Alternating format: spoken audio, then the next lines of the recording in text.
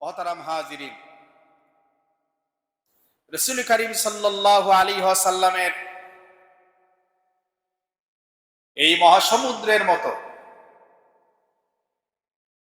জীবন চরিত্রটা খুবই সংক্ষিপ্ত মানচিত্রেই আজকের উপস্থাপন করাই হচ্ছে মূলত আমাদের জুমার লক্ষ্য উদ্দেশ্য। আল্লাহ তাআলা তৌফিক দান করুন। নবী আলাইহিস সালাতু ওয়াস সালামের নবুয়তের জিন্দেগীর দুটি অধ্যায়, দুটি পর্ব।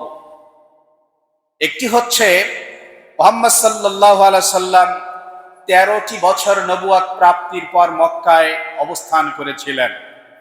অতঃপর তিনি মদিনা মুনাওয়ারায় হিজরত করেছেন। মদিনার জীবন ছিল তার 10 বছরে। টোটাল 23 বছরের জীবন ছিল মুহাম্মদ সাল্লাল্লাহু আলাইহি সাল্লামের। নবী আলাইহিস সালাতু ওয়াস সালাম মক্কার জীবনে কি কি ভূমিকা পালন করেছেন, কি কি দীক্ষা দিয়েছেন, কিভাবে এক অপূর্ব বিপ্লব সাধন করেছিলেন। মুহাম্মদ সাল্লাল্লাহু আলাইহি সাল্লাম যখন জন্মগ্রহণ করেন তখন মক্কার মানুষেরা ছিল চরম বর্বরতা এবং জাহিলিয়াতের মধ্যে একেবারেই ডুবান্ত।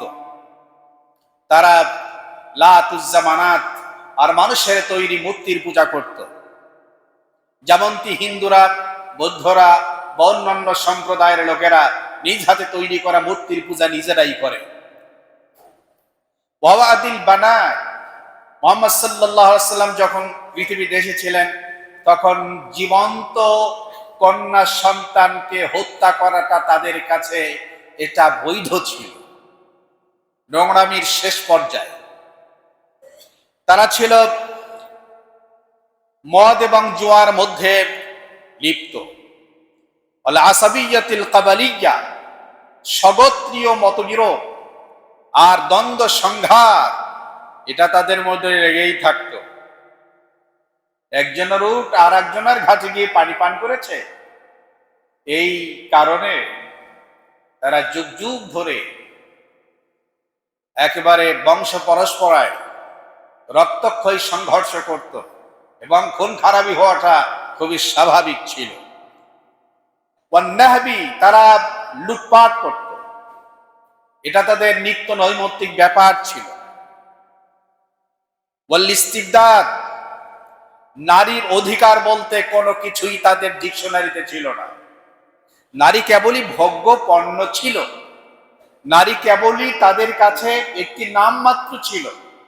এদের কোনো পারিবারিক মর্যাদা ছিল না, এদের কোনো রাষ্ট্রীয় মর্যাদা ছিল না, সামাজিক কোনো মূল্যায়ন ছিল না।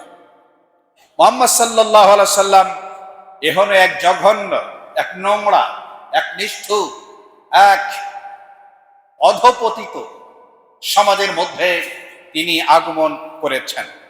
মুহাম্মদ সাল্লাল্লাহু আলাইহি ওয়াসাল্লাম এই চরম নোংরামি, এই জঘন্য নিষ্ঠুরতা আর এই বর্বরতাকে কিভাবে পরিবর্তন করলেন। এক নম্বরে যে কাজটি রাসূলুল্লাহ সাল্লাল্লাহু আলাইহি ওয়াসাল্লাম করেছেন সেটা হলো আদ-দাওয়াতু ইলাত তাওহীদ। তিনি মানুষকে এক আল্লাহর পথে দাওয়াত দিয়েছেন, আহ্বান করেছেন। সমস্ত আম্বিয়া আলাইহিমুস সালাতু ওয়াস সালাম যে কাজটি করেছেন, সূরা আরাফের মধ্যে আল্লাহ তাআলা বলেছেন, উবুদুল্লাহ মা লাকুম মিন ইলাহিন গায়রু, এক আল্লাহর ইবাদত করো। লাত, উজ্জা, মানাত, হবল এগুলোর পূজা করে, এগুলোর উপাসনা করে তোমাদের জীবনের কোনো লাভ হবে না। দুনিয়াতে যদি শান্তি পেতে চাও, আখিরাতে যদি মুক্তি পেতে চাও, তাহলে সঠিক ধর্ম আল্লাহকে এক বলে বিশ্বাস করা, তাওহীদকে স্বীকৃতি দেওয়া, এটা যদি করো তাহলে তোমাদের মুক্তি আসবে। আইয়ুহান নাস কুলু লা ইলাহা ইল্লাল্লাহ তুফলিহুন, লা ইলাহা ইল্লাল্লাহ পড়ো তাহলেই তোমরা কামিয়াব হবে। রাসূলুল্লাহ সাল্লাল্লাহু আলাইহি ওয়াসাল্লাম এই পদক্ষেপ গ্রহণ করলেন। যেখানেই মানুষ সেখানেই রাসূলের দাওয়াত, যেখানেই মানুষ সেখানেই রাসূলুল্লাহ সাল্লাল্লাহু আলাইহি ওয়াসাল্লাম মানুষকে আল্লাহর পথে আহ্বান করেছেন। 2 নম্বরের কাজটি করেছেন ইকামাতুল আকিদাতিল আখিরা ওয়া যাক্কারান নবী সাল্লাল্লাহু আলাইহি ওয়াসাল্লাম الناس باليوم الآخرة والحساب والجنة والنار।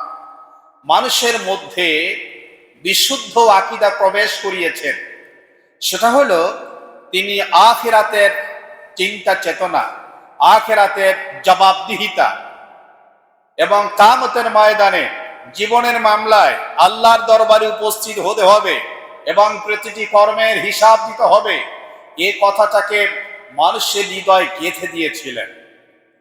জান্নাতের প্রতি আগ্রহ তৈরি করেছিলেন এবং জাহান্নামের প্রতি তিনি ভীতি প্রদর্শন করলেন।